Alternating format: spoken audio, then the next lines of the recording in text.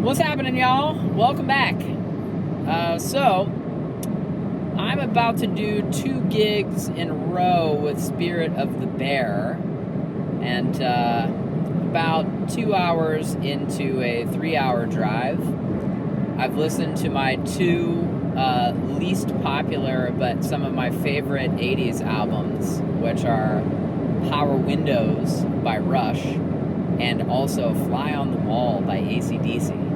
So, if you think the comment section is going crazy with my EQ curves, wait till they find out that I like 80s synth Rush and also AC/DC with Fly on the Wall. So, anyway, I apologize for the vlog element of this particular video, but I'm a little bored in the car. So, we've got 2 gigs with Spirit this weekend. One is at Natalie's Coal-Fired Pizza in Grandview, which is in Columbus, and then the other one is Dan, the keyboard player's festival called The Neighborhood that he does in the great fine city of Youngstown, famous for both crime and Italian food. So I've actually never been to the infamous Natalie's, but I've heard from a number of people that they have the best hospitality out of any venue they've ever played at, so looking forward to that. And then the festival tomorrow on Saturday is kind of a low budget thing. Dan is basically putting it together with his girlfriend, and they have a bunch of local bands that are playing, so Spirit is the headliner for that show. And it's a pretty unique situation because it's a stick PA. It's going to be a very simple little thing. Two 15-inch Yamaha subwoofers and 2 2-way cabinets on top. So Dan is doing front of house, which I think is Mackie console, analog Mackie console at front of house, and then he's got his little stick PA. So I'll show you that tomorrow when we get there. There have been a couple of comments on a few of my last videos, just of, man, I wish I knew where you were at because I would love to come hang with you. I hate to plug my own social media, but these videos, if you follow me on YouTube, these videos are shot, on the way to the gig or during the gig. So if you want to follow me, my Instagram handle is billylaguardia.wave, wave like the audio file, .wav. So just give me a follow, or if you'd like to follow Spirit of the Bear, follow Spirit of the Bear. I'm a huge fan of that band. Follow them, check out their schedule. Chances are, if they're playing, I'm going to be with them, so I would love to meet you guys. That would be awesome. Just break down the wall of the screen between us, and we can meet in real life. And if there's seats or tickets, I'll get you guys on the guest list. I would love to meet you guys. So having never been to Natalie's, I brought a bunch of gear. I don't really know what the situation is going to be. We're the headliner. There's an opening band, so I have my M32C. The normal racks, as you guys have seen from previous videos, are the same. I've also got my M32R console, which is located directly behind my head, right here. So my little Subaru Crosstrek is pretty full with all of the support stuff needed. So I don't know if I'm going to bring the console in there. It's probably just going to be easier for me to do this from the stage, just to do it on the iPad, seeing as how there's a changeover, and if there's a world where we can be plugged in, and that could be good. The interesting thing that I have to say is, after mixing on the M32C for so long, once you move from the iPad-based rig to a control surface, it is very interesting, the stuff that you have to bring that you don't really think about. I have a separate little 3-space network rack that has a router and a switch and my access point that comes to front of house. I have my ever popular Ethercon reel that connects front of house to the stage.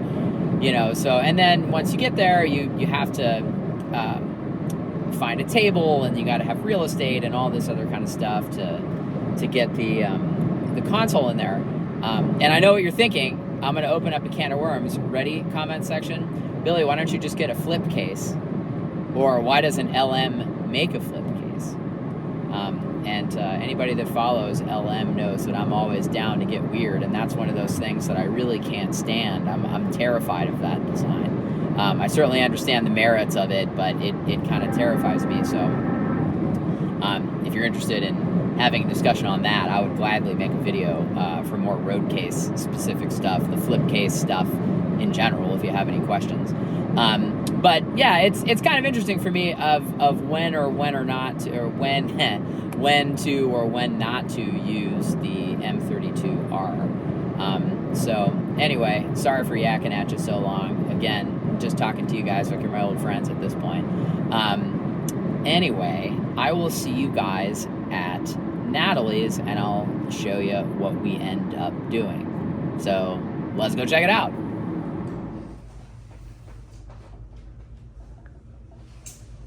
Say hi, everybody. Hi, everybody. Hello. Uncle Baby Billy's on his YouTube grind. Uncle, baby, Uncle. What's up, vlog? It's Billy here. This is Billy. What's up, guys? You like my EQ curves? Oh, they're not gonna like them tonight. They're dangerous.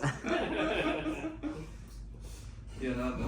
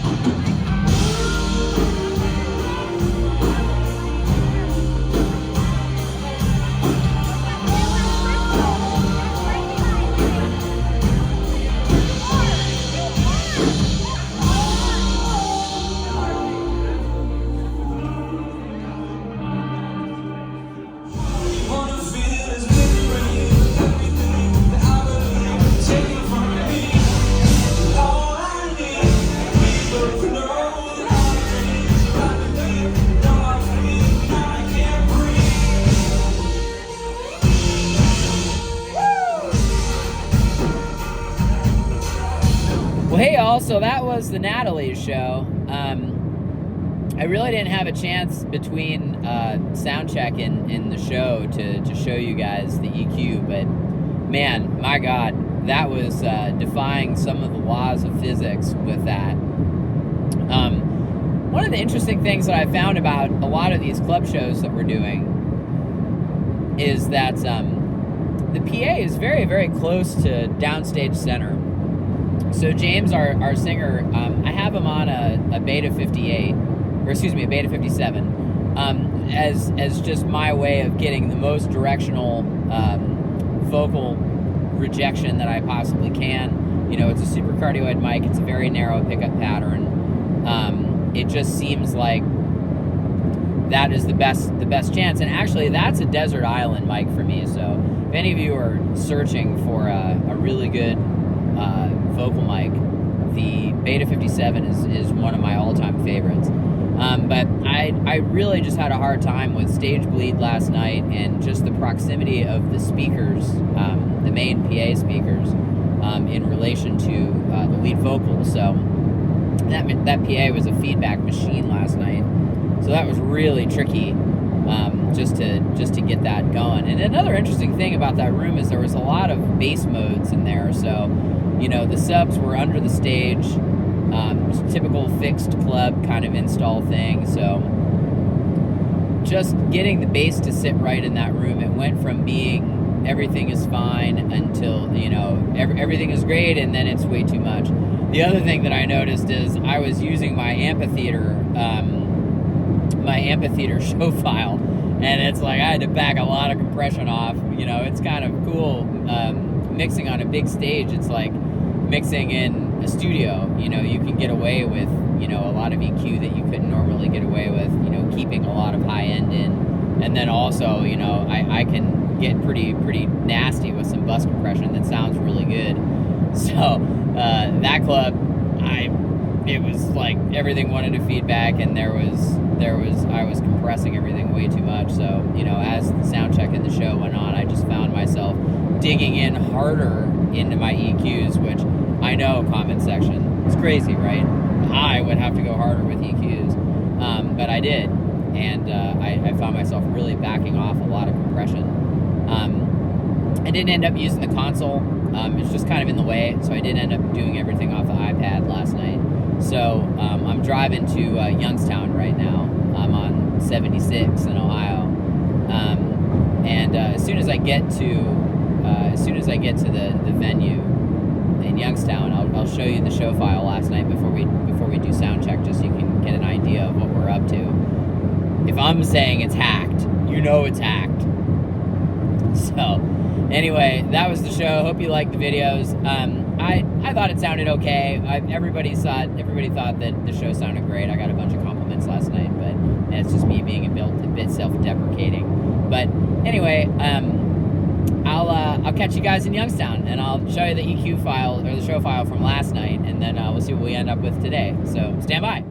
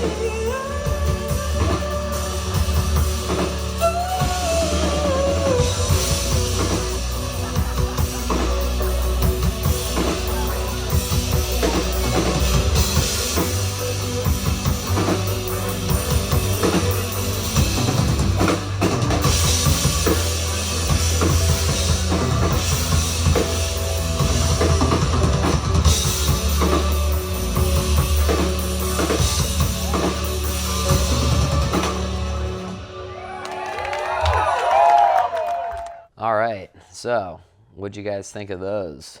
I didn't really have a chance to kind of review the show files at the end of each gig, so I figured why don't we just have a bit of a post-mortem here and take a look. So this is me in my kitchen enjoying a cup of coffee, and we're going to do some post-mortem of these shows. So this is the Natalie's show file. This one fought me, y'all.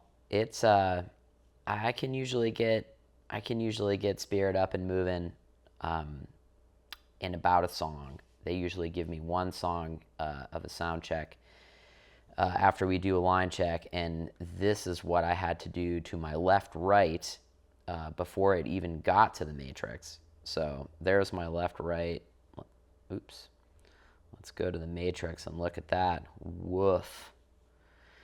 And they had to give me EQ from the house console as well. So this was again a bit of a challenge. I know what you guys are thinking.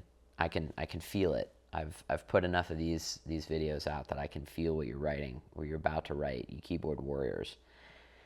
Man, I did everything I could think of to get this tamed. It was just a very, very difficult room. It was a concrete room with not very much sound deadening, and the PA was right above where my lead singer position was. So looking at that,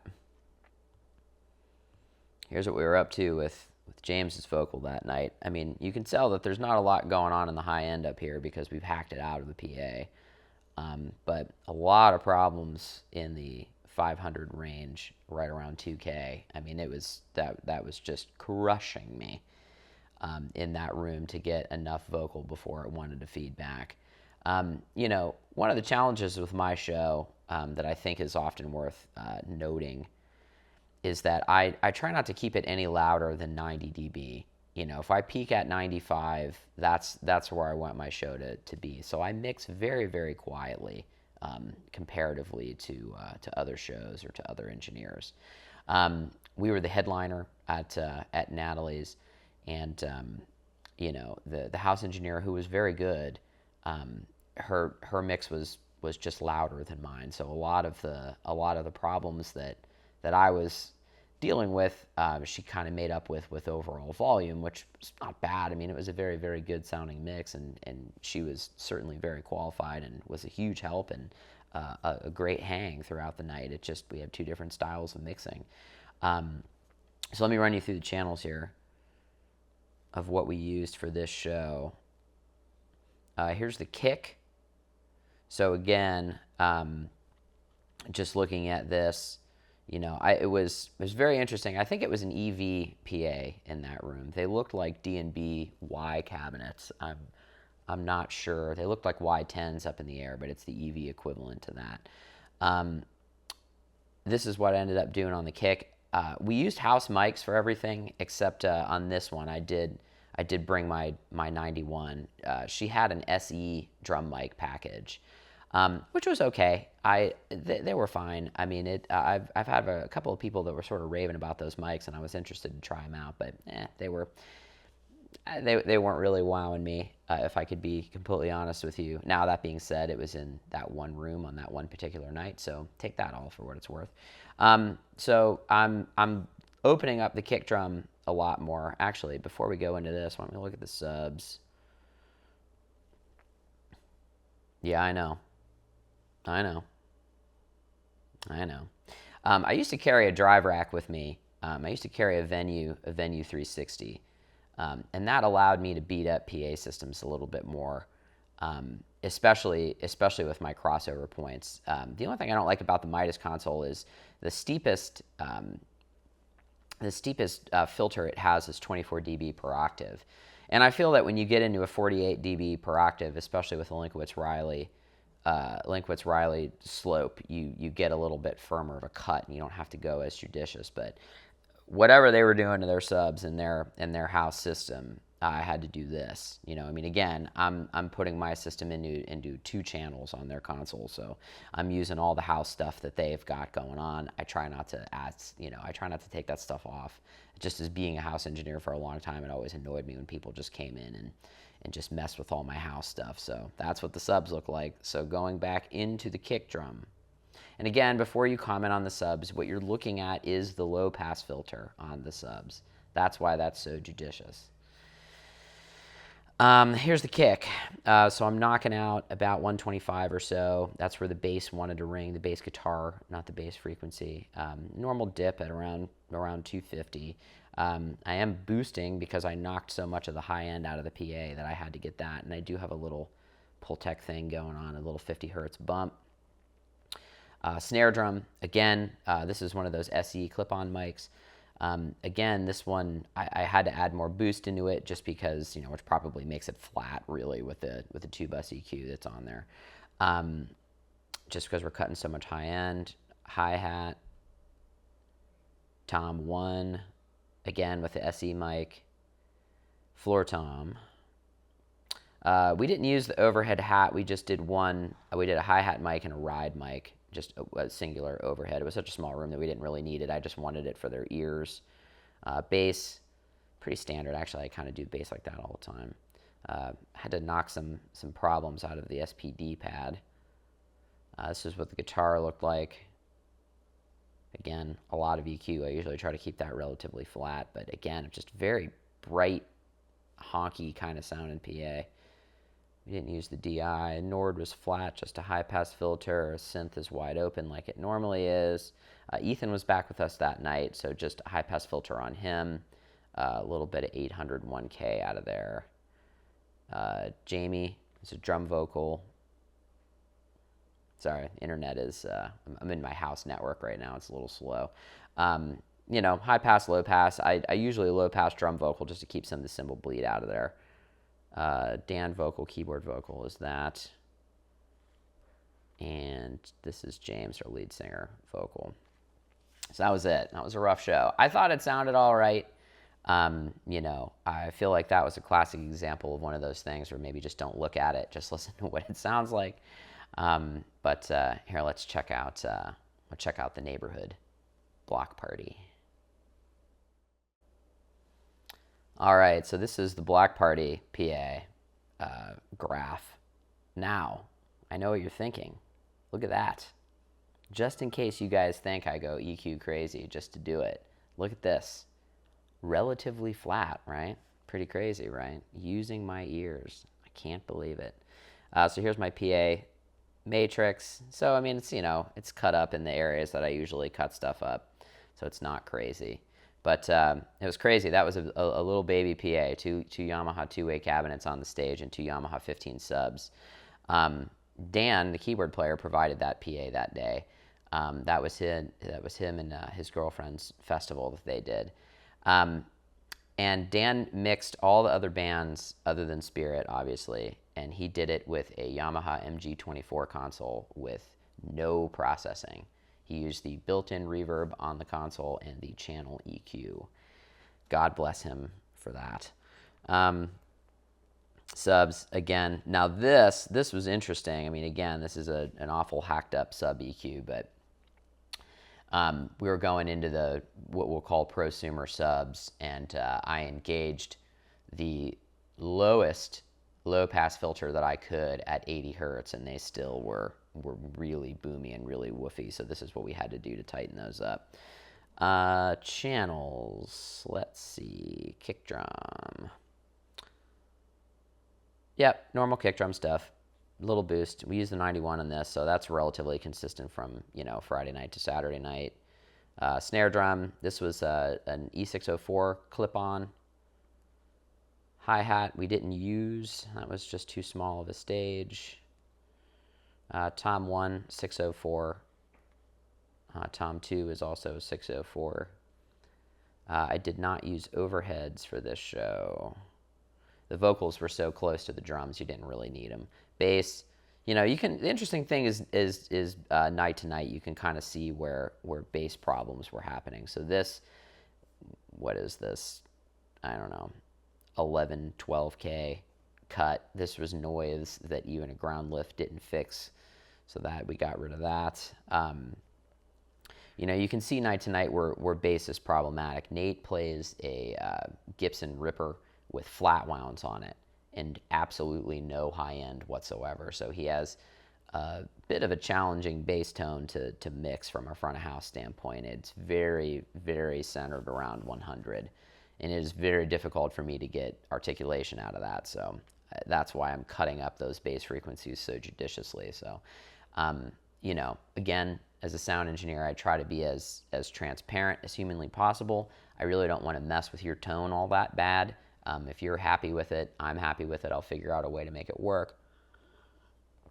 But there certainly does come into play some things where you have to go back and forth where it's, you know, okay, that may sound good to you, but it doesn't sound good to the entirety of the mix, and that's what we have to do to the bass. So arguably, if you just flattened out the bass boost on the instrument, it would chill out. But again, I want musicians to be happy. They need to have a good ear mix and be happy in their own world so that they give the audience the best performance. If I just have to cut out a couple of frequencies, so be it. Not really a big deal. SPD, again, just sort of flat. Again, we're hacking up the guitar a little bit tonight, or last night. DI we didn't use. Nord, same as it ever was. I did high pass Dan's synth on this one. The low stuff that he does on the song called Wires, there's an oscillating low frequency sine wave that happens. It was a little bit too much for those subs, so I knocked that out. Ethan was a little bright. I had to tame a little bit of his stuff down. He had a couple of cool little ringy oscillator things that were just a little harsh in that PA. Jamie's vocal was pretty much the same. Dan's vocal was pretty much the same. James's vocal moved around slightly. You can tell I'm pulling out more high mid and more high end just because I wasn't pulling that as much out of the PA.